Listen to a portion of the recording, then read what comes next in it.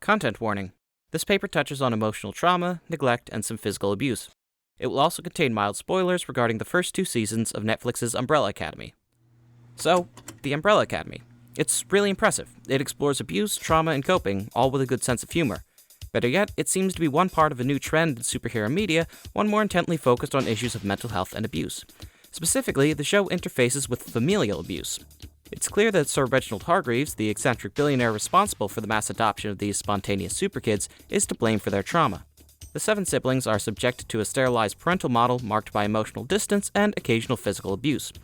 Hargreeves forces them to get identifying tattoos as young children, and experiments on them without any sort of consent, all while making them perform superheroics. An observation from a study of parenting styles and coping mechanisms, published in the Journal of Experiential Psychotherapy, emphasizes that, judging by Hargreeves' authoritarian parenting style, it should be unsurprising that Diego has become violent and vindictive, or that Vanya starts the series depressed and heavily medicated. What makes Umbrella Academy's approach novel, however, is how the kids coped. Each of the core cast not only employs a particular maladaptive coping mechanism, they become them. So, what have we got? Number 1, Luther demonstrates avoidance. He avoids the real world by clinging to Hargreeves, avoids adulthood by perpetually acting immature, and avoids his siblings, physically and emotionally, following his transformation. Number 2, Diego opts to lean into his superhero upbringing, subconsciously developing a savior complex in the process. Expelled from the police academy, Diego becomes an aggressive vigilante, especially combative towards his siblings. At first glance, Allison, number 3, has managed to thrive post-Umbrella Academy through dissociation. She has achieved fame on the silver screen, but it is unclear just how much of her status can be attributed to her own efforts, rather than the effects of her suggestive powers. Number 4, Klaus is a textbook case of addiction, being depicted as a chronically relapsing drug addict. His character is equally defined by his overt sexuality and apparent fondness for kink.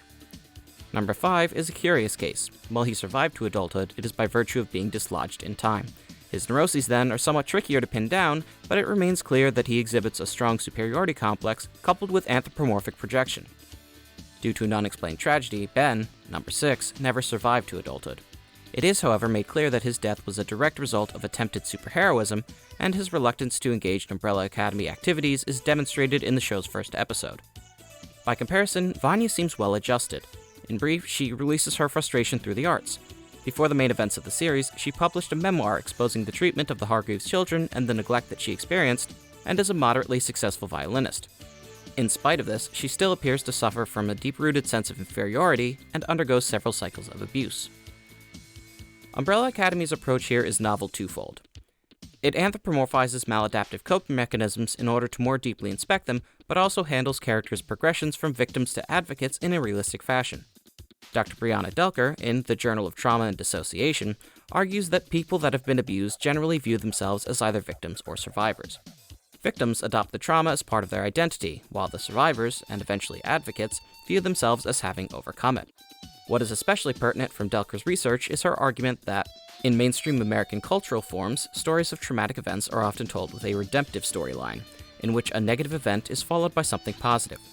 Individuals who tell stories of becoming stronger as a result of adversity are celebrated. The Umbrella Academy, though, seems to operate almost completely counter to this observation. None of the characters in the show follow this traditional satisfying arc, and what is especially fascinating about the 6 subversive heroes is that their narrative is not entirely redemptive. They do, generally speaking, improve over the course of the series, but they are not immune to relapse. Klaus, for instance, begins the series by exiting a rehab facility, immediately relapsing, then sobering up over the course of the first season. The second undoes this progress when he is separated in time from the group and becomes a psychedelic-fueled cult leader in the 60s. One final revelation from Delker's work regarding the necessity of community engagement in the healing process seems especially enlightening. Though each character in the Umbrella Academy has adopted a specific coping mechanism, it remains blatantly obvious that none of them engage with a community of survivors, a role which their super team comes tantalizingly close to fulfilling. The second season reinforces the notion of this super team as a community, as much of its central plot is dedicated specifically to reuniting the Hargreeves children. The series, then, can be understood to be progressing infinitely slowly across Delker's outlined trajectory, with community serving as the ultimate coping tool, albeit with numerous missteps along the way. Compared to other small-screen superhero offerings, the Umbrella Academy stands out for dealing with coping mechanisms as abstractly as possible.